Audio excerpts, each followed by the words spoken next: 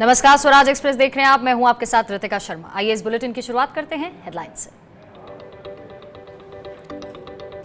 Corona संकट पर राहुल गांधी का बड़ा बयान, कहा लॉकडाउन नहीं है कोरोना का इलाज, ज्यादा से ज्यादा टेस्टिंग पर जोर देने की जरूरत।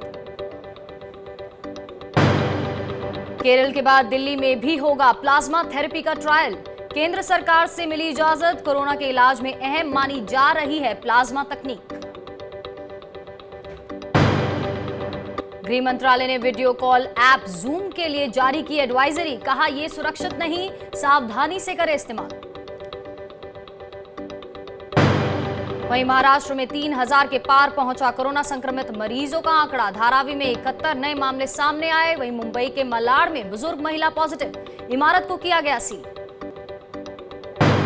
और बिहार के औरंगाबाद में डॉक्टरों और पुलिस टीम पर हमला, डॉक्टर नर्सेस समेत कई अधिकारी घायल, दिल्ली से लौटे शख्स की जांच के लिए पहुंची थी टीम।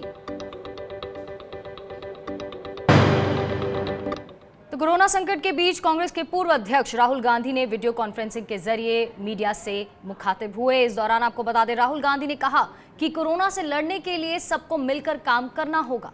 उन्होंने कहा कि देश की हालत गंभीर है और ऐसे में सबको साथ आने की जरूरत है। साथ ही उन्होंने कहा कि कोरोना का इलाज लॉकडाउन नहीं है। उन्होंने कहा कि सरकार को ज्यादा से ज्यादा टेस्टिंग पर जोर देना चाहिए। The biggest weapon is testing.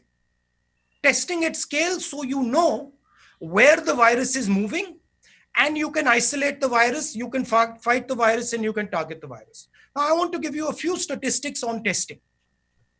I think our testing rate is 199 out of a million. A lockdown is in no way a solution to the COVID virus. It is as if you've hit pause and stopped the virus in its tracks until the lockdown. When we come out of the lockdown, the virus is going to start its work again. So it is very important that we have a strategy to come out of the. साथ ही राहुल गांधी ने कहा कि सरकार lockdown के दौरान गरीबों का विशेष ख्याल रखे।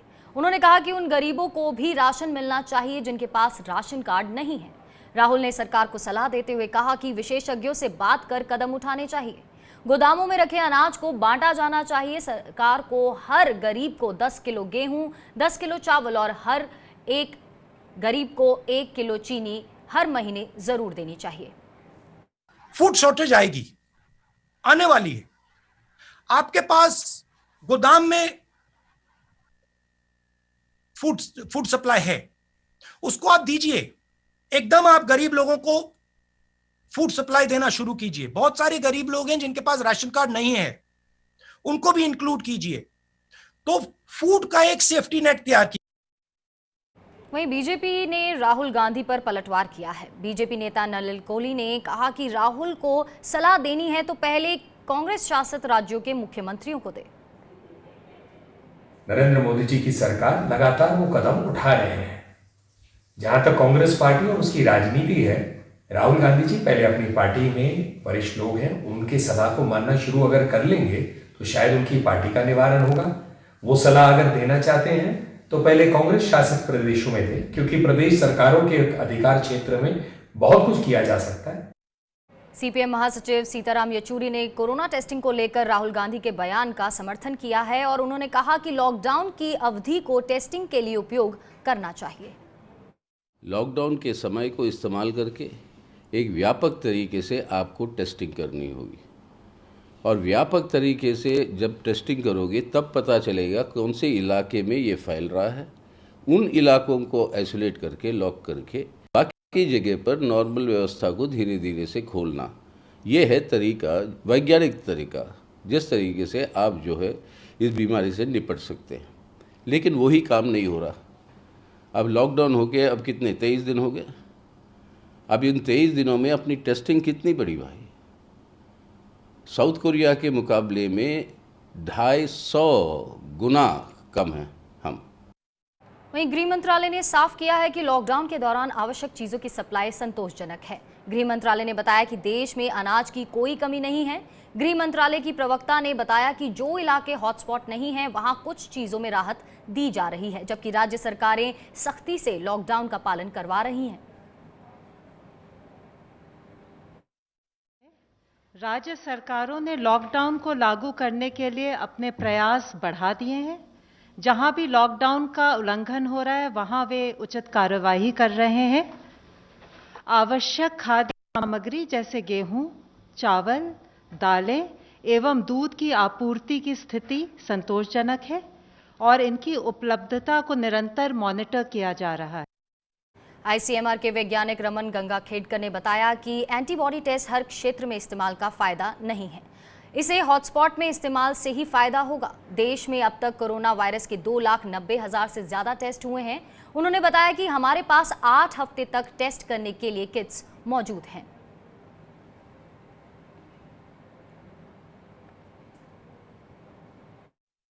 जब हम रैपिड एंटीबॉडी टेस्ट करेंगे तो ये rapid antibody test early diagnosis के लिए नहीं है। ये लोगों ने समझना बहुत ज़रूरी है। अर्ली डायग्नोसिस को क्यों नहीं है कि हमने 10 दिन होने के बाद में या ऑलमोस्ट 2 हफ्ते होने के बाद में समझो मैंने एंटीबॉडी टेस्ट की तो 80% लोगों में ही सिर्फ वो एंटीबॉडी दिखती है। इसका मतलब मेरा डायग्नोसिस 20% में मैं सिर्फ एंटीबॉडी इस्तेमाल करूं तो 15 दिन होने के बाद में भी मैं बोल नहीं पाऊंगा। इसलिए ये डायग्नोसिस के लिए इस्तेमाल नहीं होती है, ये इस्तेमाल होती है सर्वेलेंस के पर्पस के लिए। वहीं स्वास्थ्य मंत्रालय के संयुक्त सचिव लव अग्रवाल ने बताया कि सभी राज्यों, केंद्र शासित प्रदेशों में हेल्थ सर्विसेज पर गाइडलाइंस जारी कर दी गई हैं, जिससे कोई दिक्कत नहीं आए। देश में आपको बता दें कोरोना के अब तक 1,489 लोग कोरोना से ठीक हो गए हैं। उन्होंने बताया कि पिछले 24 घंटों में 37 लोगों की मौत हुई है, वहीं 183 मरीज इलाज के बाद ठीक हुए हैं। लव अग्रवाल ने बताया कि 325 जिलों में ऐसे हैं जहां कोई भी केस नहीं है। उन्होंने आगे बताया कि भारत में ठीक होने का प्रतिशत 12 है। हमारी इस लड़ाई में, हमारे इस एफर्ट्स में अभी तक भी फील्ड लेवल पर किए हुए एक्शन के तहत 325 ऐसे जिले हैं जहां पर कोई भी केस नहीं आया है। हमारी केस फैटेलिटी रेट अगर 3.3% है तो हमारी percentage of people who have recovered so far is around 12.02%। Delhi के सीएम अरविंद केजरीवाल ने भी कोरोना के इलाज में प्लाज्मा थेरेपी का समर्थन किया है। उन्होंने कहा कि कई देशों में इसके सही परिणाम सामने आए हैं। केजरीवाल ने कहा कि दिल्ली में भी इसकी शुरुआत की जा सकती है। उन्होंने बताया कि केंद्र सरकार ने इसकी परमिशन दे दी है, जिसके बाद हम इसका परीक्षण शुरू कर रहे हैं। कुछ देशों में प्लाज्मा टेक्नोलॉजी का इस्तेमाल किया गया विदेशों में और उसके नतीजे अच्छे आए। दिल्ली के हमारे कुछ डॉक्टर्स ने इसके ऊपर काफ़ी अध्ययन किया और इसका ट्रायल करने के लिए तैयारी शुरू की है। अगले 3-4 दिन के अंदर हमारे डॉक्टर्स इसका ट्रायल करेंगे और ट्रायल करके देखेंगे कि ये कितना सफल होता है। रुक करते हैं बिहार का, जहां पटना और वैशाली में नए केस मिलने के बाद पटना की सीमाएं पूरी तरह से सील कर दी गई हैं। बिहार में कोरोना पॉजिटिव की संख्या अचानक बढ़ने और पटना शहर के साथ हाजीपुर में कोरोना पॉजिटिव केसेस सामने आने के बाद जिला प्रशासन सख्ते में है। कोरोना संक्रमण की बढ़ती रफ्तार के बीच बिहार की राजधानी पटना की सीमाएं चारों ओर से सील करने के आदेश जारी किए गए हैं। वहीं आपको बता दें कि सीमाएं सील होने के बाद कोई भी पटना से बाहर नहीं जा सकेगा और ना ही पटना में प्रवेश कर सकेगा। इसके बाद केवल आपातकाल सेवा के लिए ही लोग आ जा सकेंगे। यहाँ आपको बता दें कि देश के साथ बिहार में भी लगातार कोरोना के मरीजों की संख्या बढ़ती जा रही है, जिसके चलते प्रशासन लॉकडाउन को लेकर सख्ती की ओर बढ़ रहा है। पटना के बॉर्डर वाले जितने भी आने जाने के रास्ते हैं उन सभी को वहाँ पर पुलिस बल और दंडाधिकारी की प्रतिनियुक्ति की गई है और उनको यह दायित्व दिया गया है कि जो लोग अनावश्यक रूप से इधर से उधर जाने का प्रयास कर रहे हैं उनको नहीं जाने दिया जाए। जो लोग पास होल्डर हैं या फिर आवश्यक वस्तु को कैरी कर रहे हैं उन्हीं को परमिशन दिया जाए। जो लोग बिना किसी अनुमति के या बिना किसी कार्यवश बॉर्डर क्रॉस करने की कोशिश कर रहे हैं तो उनको इधर से उधर जाने की अनुमति नहीं दी जाए। इसको देखते हुए वहाँ पर बॉर्डर पे जो ड्रॉप गेट्स वगैरह हैं उसके माध्यम से और जो प्रतिनियुक्त दंडाधिकारी हैं पुलिस बल हैं उसके माध्यम से वहाँ पर निगरानी रखी जा रही है। और वहीं कोरोना संकट के बीच बिहार में स्वास्थ्य कर्मियों और पुलिस वालों पर हमले जारी हैं। ताज़ा मामला औरंगाबाद का है, जहां मेडिकल टीम पर हमला हुआ, जिसमें कई एसडीओ, डीएसपी, डॉक्टर, नर्सेस समेत कई पुलिस वाले जख्मी हो गए। उन्हें इलाज के लिए स्थानीय अस्पताल में भर्ती कराया गया है और बताया जा रहा है कि औरंगाबाद के एक कॉलोनी में दिल्ली से लौटे एक युवक की जांच के लिए टीम गई थी और ऐसे में लोगों ने जांच दल पर हमला कर दिया, जिसमें कई लोग जख्मी हो गए। औरंगाबाद में पुलिस और स्वास्थ्य कर्मियों पर हुए हमले पर सियासत तेज हो गई है। सत्ता पक्ष और विपक्ष एक दूसरे पर आरोप मढ़ रहे हैं। प्राथमिक स्वास्थ्य केंद्र गोह से खबर मिला हम लोग को कि अकौनी गांव में कुछ बाहर से लोग आए हैं जांच करना है। तो जब जांच करने हम लोग वहां पर पहुंचे, हमारे साथ एनएम थी, इसके बाद केयर के मैनेजर थे और ड्राइवर थे। जब वहां पहुंचे तो हम लोग को कुछ आभास नहीं था कि इस तरह के साथ हम लोग के साथ घटना होगी। हम लोग जय गाँव में इन किए, वहाँ से पूछताछ हम लोग शुरू किए, तभी 50-60 के संख्या में वहाँ के लोग जुट करके हम लोग के गाड़ी पर अटैक कर दिया और ड्राइवर को खींच करके मारने लगा, डॉक्टर साहब को मारने लगा, हम लोग पे तो खींचा तनी पूरा करने लगा, शीशा लाठी से रड से शीशा पे मारने लगा। वहीं भारत को जल्द ही दक्षिण कोरिया से कोरोना वायरस टेस्टिंग किट्स मिलेंगी। न्यूज एजेंसी एनआई ने ये खबर दी है। भारत में कोरोना वायरस टेस्ट किट की खासी कमी है, जिसके चलते तेजी से टेस्ट नहीं हो पा रहे हैं। इन टेस्ट किट के आने से काफ़ी मदद मिलेगी और इससे पहले चीन ने भी भारत को 6.5 लाख टेस्ट किट्स भेजी हैं। इस बीच आपको बता दें, चीन से आने वाली पीपीआई किट के टेस्ट में फेल होने की खबरों पर डीआरडीओ ने कहा है कि उसका काम किट को पास या फेल करना नहीं है, बल्कि उनके अच्छे से जांच करना है और जांच से जुड़ी रिपोर्ट और रिजल्ट सरकारी एजेंसियों को देना है।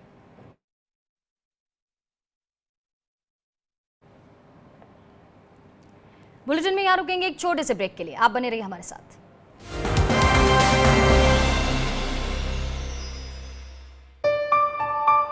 चलो इतिहास के कुछ पन्ने पलटते हैं, चलो उस दौर में कुछ दूर चलते हैं। हो बात ग्वालियर की या हो कहानी मुमताज की, बेगम नवाब की झलकियां या हो बात काले ताज की, हर तरफ पसरा यहाँ इतिहास है।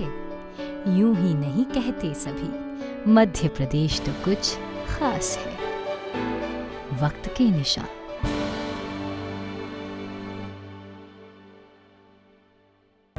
सपने सच तब होंगे जब आप सपने दिखना शुरू करेंगे। ये शब्द हैं उस शख्सियत के जिसके सपनों ने दी इस देश को एक नई उड़ान, डॉक्टर एपीजे अब्दुल कलाम। और ऐसे ही हर स्टूडेंट के सपने पूरे करेंगे हम, under best guidance of expert faculty team. Admission open in science and technology, humanities, social science, arts and sports. Doctor APJ Abdul Kalam university, Indore.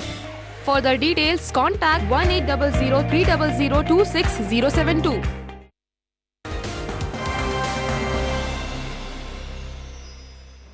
स्वागत है आपका ब्रेक के बाद। और कोरोना वायरस के महासंकट की वजह से देश में लॉकडाउन जारी है। ऐसे में एक दूसरे से जुड़ने के लिए लोग वीडियो कॉल का इस्तेमाल कर रहे हैं।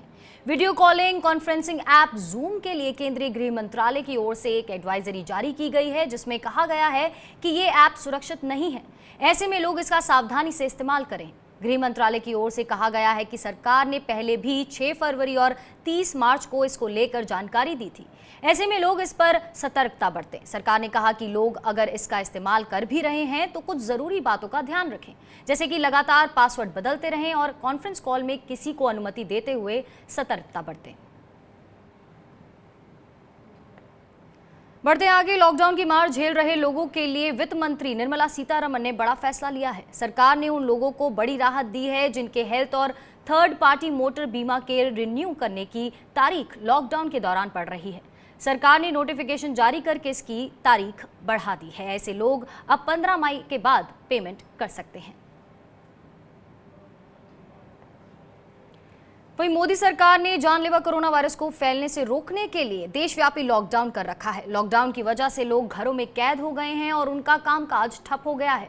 इस दौरान लोग घरों में टीवी देखकर या फिर इंटरनेट पर ज्यादातर समय गुजार रहे हैं। और इसके अलावा आपको बता दें, लोग फोन पर या फिर ऑनलाइन वीडियो कॉलिंग के जरिए अपने परिजनों का हाल चाल जान रहे हैं। वहीं लॉकडाउन की वजह से मोबाइल डेटा की खपत में कई गुना इजाफा हुआ है।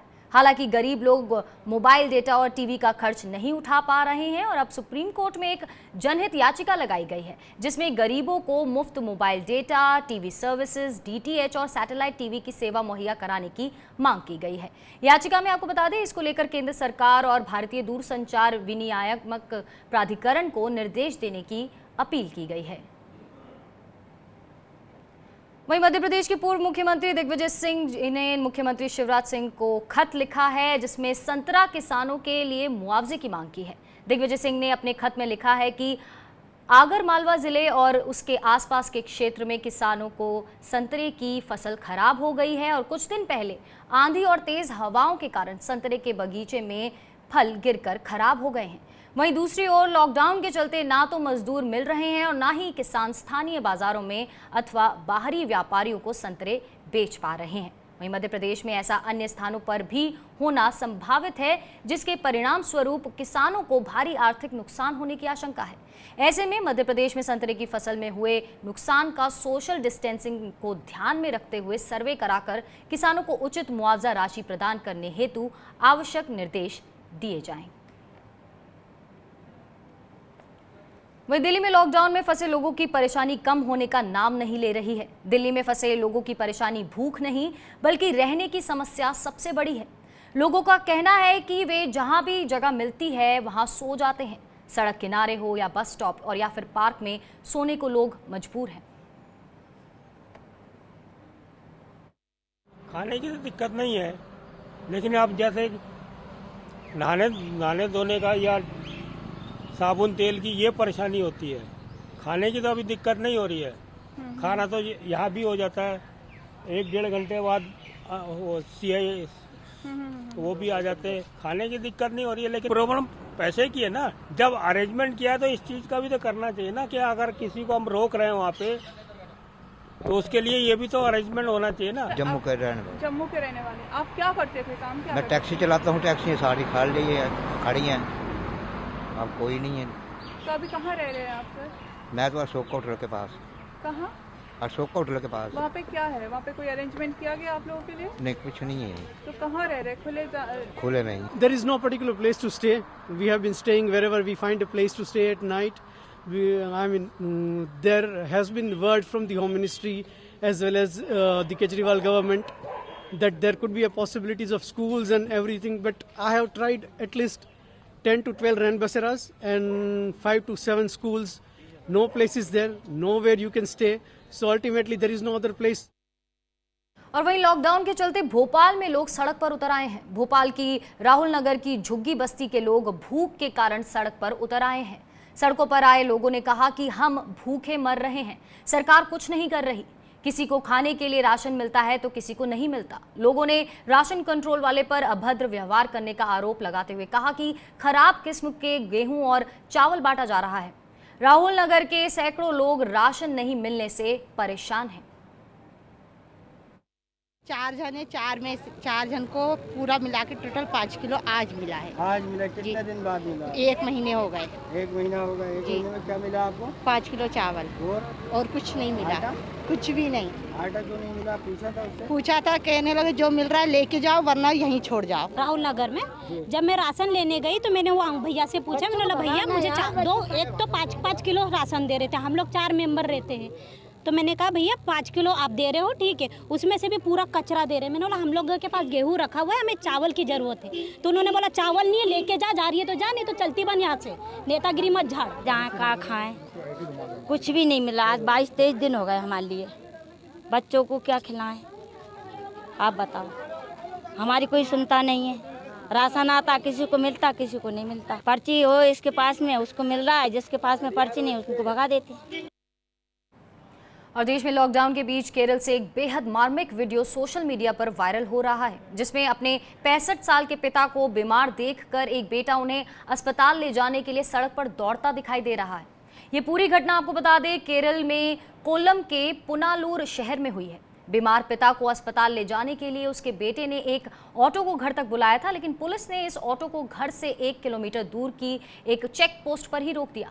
लॉकडाउन के बीच जब कोई और रास्ता नहीं मिला तो इस शख्स का बेटा उसे गोद में उठाकर घर से ऑटो तक लेकर दौड़ पड़ा। और इसके बाद उसने किसी तरह पिता को उस ऑटो तक पहुंचाया जिससे कि दोनों अस्पताल पहुंच सके। वहीं देश में कोरोना महामारी से जूझ रहा है। ऐसे में रोजगार ठप होने के चलते लोगों को अनेक समस्याओं का सामना करना पड़ रहा है। एक और जहां सरकार ने किराएदारों से किराया नहीं लेने की मांग की है, वहीं इसके उलट भोपाल में चूना भट्टी चौराहे पर मकान का किराया नहीं भरने के कारण मकान मालिक ने 10 लोगों को घर से निकाल दिया। ये सभी लोग, आपको बता दें, एक ऑनलाइन कंपनी में काम करते हैं। सभी के पास खाना खाने के पैसे तक नहीं है। मकान से निकाले जाने के बाद सभी किराएदार सागर के लिए पैदल रवाना हो गए। पन्ना जिले का रहने वाला हूँ और मैं यहाँ पर चूना भट्टी चौराहे पर खड़ा हूँ और मैं परेशानी में हूँ और मेरे साथ 4 लोग हैं और उसमें से 5 गर्ल्स हैं। बहुत समस्या है और प्लीज़ हेल्प मी सर। चलिए फिलहाल वक्त है एक ब्रेक का, आप बने रहिए हमारे साथ।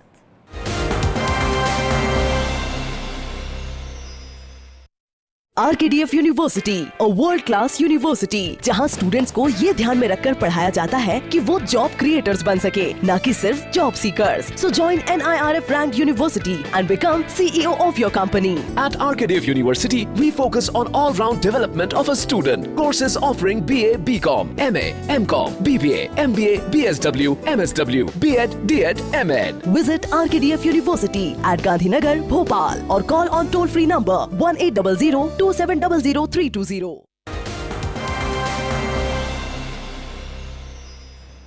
स्वागत है आपका ब्रेक के बाद। और मध्य प्रदेश में शिवराज सिंह सरकार के गठन के 25 दिन बीत चुके हैं, लेकिन अब तक मंत्रिमंडल का विस्तार नहीं हुआ है, जिसे लेकर कांग्रेस लगातार बीजेपी सरकार पर हमलावर है। कांग्रेस का कहना है कि बिना मंत्रिमंडल के मुख्यमंत्री रहते हुए शिवराज सिंह चौहान ने एक अनूठा कीर्तिमान स्थापित किया है। उन्होंने कहा कि प्रदेश की जनता कोरोना के संकट से जूझ रही है और ऐसे में शिवराज सिंह चौहान ने मंत्रिमंडल का विस्तार नहीं करके ये संदेश दिया है कि उन्हें जनता का ज्यादा ख्याल नहीं है।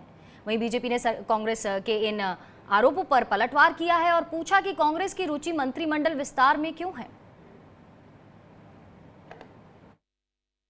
शिवराज जी कहते हैं मेरी प्राथमिकता कोरोना से लड़ना है, इस प्राथमिकता में मंत्रिमंडल के लिए कोई जगह नहीं है। तो क्या ये मान लिया जाए कि मध्य प्रदेश लोकतंत्र के उस दौर में प्रवेश कर गया है जहां मंत्रिमंडल की आवश्यकता समाप्त हो गई है और केवल और केवल मुख्यमंत्री शिवराज सिंह चौहान सभी मंत्रिमंडल का कार्य कर सकते हैं? जब इतनी बड़ी विभीषिका में मंत्रिमंडल की आवश्यकता नहीं है तो आने वाले समय में तो कभी भी आवश्यकता नहीं होगी। कांग्रेस को केवल इसमें रुचि है कि मंत्रिमंडल बनना कब होगा, मंत्री कौन बनेगा, कौन कौन सा विभाग संभालेगा। कांग्रेस की इसमें कोई रुचि नहीं है कि कोरोना वायरस का प्रोटोकॉल गाइडलाइन का पालन अधिकारी कर्मचारियों द्वारा कितना हो रहा है, नागरिकों द्वारा उल्लंघन कितना हो रहा है, कौन नागरिक उल्लंघन कर रहा है तो उसके बारे में क्या है। कहीं कोई बात कोरोना वायरस को लेकर नहीं। और वहीं मध्य प्रदेश की राजधानी भोपाल में लॉकडाउन के दौरान राशन की दुकानों में राशन बांटने में गड़बड़ी की शिकायतें मिल रही हैं, जिसके बाद स्थानीय विधायक और सूबे के पूर्व मंत्री PC शर्मा ने भोपाल के दक्षिण पश्चिमी विधानसभा क्षेत्र की राशन दुकानों का जायजा लिया। इस दौरान आपको बता दें, उन्होंने दुकानदारों को लिस्ट के मुताबिक राशन बांटने की सख्त हिदायत दी। यहाँ आपको बता दें कि मध्य प्रदेश में कोरोना मरीजों की संख्या में लगातार इजाफा हो रहा है, जिसके बाद भोपाल और इंदौर में पूर्ण लॉकडाउन लागू है।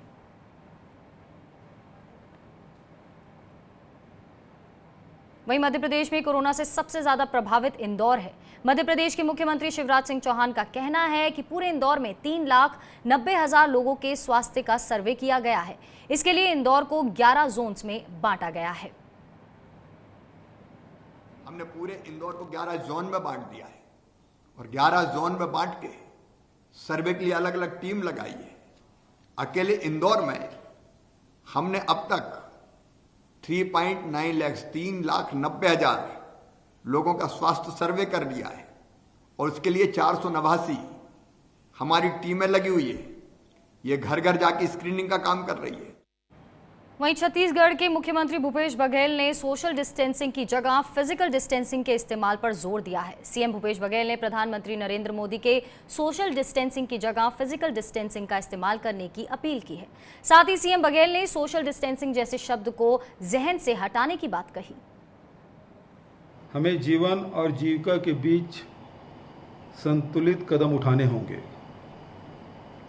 पहले कुछ मानसिक तैयारी इसकी ज़रूरत पड़ेगी। जैसे हम अपने दिमाग से, जेहन से सोशल डिस्टेंसिंग जैसे शब्दों को हटाकर हमें फिजिकल डिस्टेंसिंग को लाना होगा। पर यह बदलाव भयजनित उन सामाजिक दूरियों को कम करेगा जिनके शिकार पलायन से लौटे काम पर वापस आए मजदूर, पिछड़े तबके के लोग होने की संभावना है। छत्तीसगढ़ की बात करें तो वहां के स्वास्थ्य मंत्री टीएस सिंहदेव ने राज्य में कोरोना के मरीजों की जानकारी दी। स्वास्थ्य मंत्री ने बताया कि रायपुर में एम्स में भर्ती 6 कोरोना पॉजिटिव मरीजों के ठीक होने के बाद उन्हें छुट्टी दे दी गई है, जिसके बाद अब छत्तीसगढ़ में पाए गए 33 कोरोना पॉजिटिव मरीजों में से सिर्फ 10 पॉजिटिव मरीज बचे हैं। उन्होंने कहा कि ये एक बड़ी चुनौती है जिसका सभी को मिलकर सामना करना होगा।